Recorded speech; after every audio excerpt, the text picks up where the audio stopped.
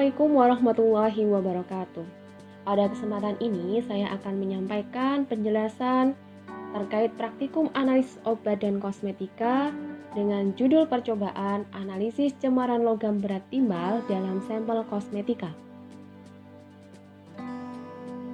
Adapun tujuan percobaan ini yang pertama adalah melakukan analisis kuantitatif timbal dalam sampel kosmetika secara spektrometri serapan atom atau SSA.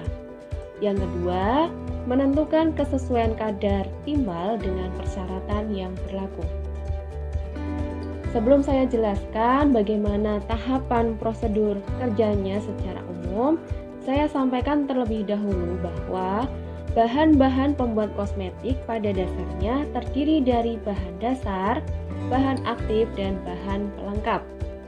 Bahan-bahan tersebut mempunyai fungsi antara lain sebagai pelarut atau solvent, pencampur atau emulsifier, pengawet, pelekat, pengencang, penyerap, dan disinfektan. Bahan-bahan tersebut merupakan bahan atau campuran bahan yang berasal dari alam atau sintetik seperti bahan pewarna, bahan pengawet, bahan tabir surya, serta air yang memungkinkan adanya cemaran logam berat.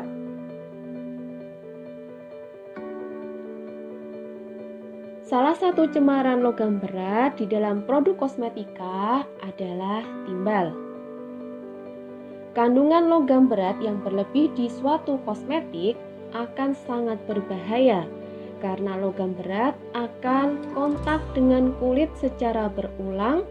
Dan apabila terabsorpsi, logam berat akan masuk ke dalam darah dan menyerang organ-organ tubuh dan akhirnya dapat menimbulkan gangguan kesehatan. Oleh karena itu, keberadaan logam berat dalam sediaan kosmetika, salah satunya adalah timbal, perlu diwaspadai. Timbal dalam kosmetika tidak boleh melebihi 20 mg per kilogram. Oleh karena itu, perlu dilakukan analisis kadar timbal dalam kosmetika. Analisis timbal dapat dilakukan dengan menggunakan metode spektrometri serapan atom. Spektrometri serapan atom merupakan metode yang dapat digunakan dalam suatu sampel dengan konsentrasi yang rendah. Kemudian, bagaimanakah prosedur kerjanya? Tahap awal, siapkan peralatan yang diperlukan untuk percobaan. Adapun peralatan yang diperlukan pada percobaan antara lain ada spektrofotometer, pipet ukur, pengaduk kaca, spatula, hot plate, tanur, desikator, labu ukur, corong gelas, neraca analitik, lemari asam, dan botol semprot. Kemudian, setelah peralatan disiapkan, praktikan menyiapkan bahan-bahan yang diperlukan.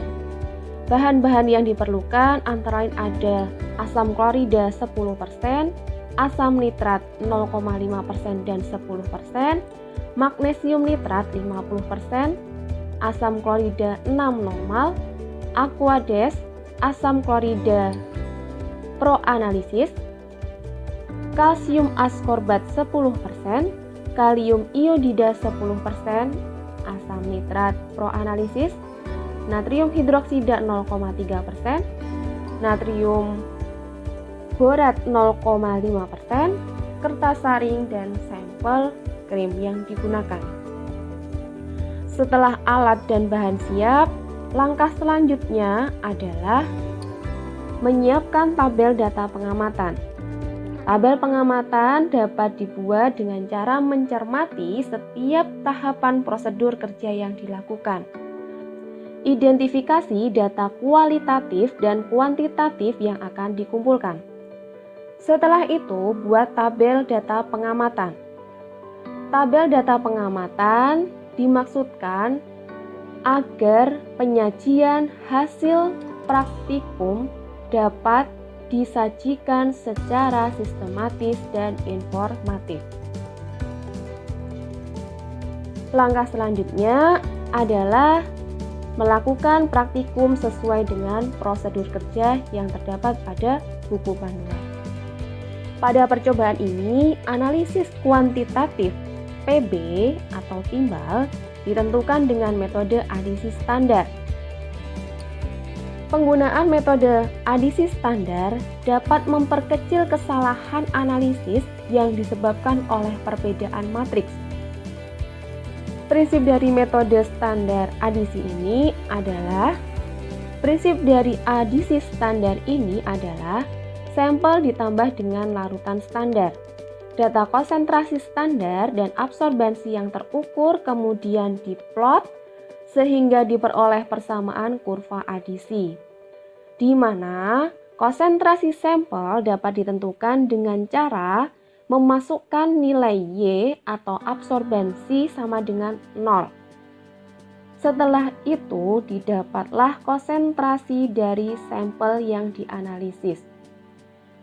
Berdasarkan konsentrasi sampel yang dianalisis, maka dapat ditarik kesimpulan terkait keberterimaan kadar timbal dalam sediaan kosmetik yang dianalisis. Apakah memenuhi persyaratan baku mutu atau tidak memenuhi persyaratan baku mutu. Demikian gambaran secara umum terkait analisis timbal pada sediaan kosmetik menggunakan metode SSA. Semoga bermanfaat. Sekian dari saya. Assalamualaikum warahmatullahi wabarakatuh.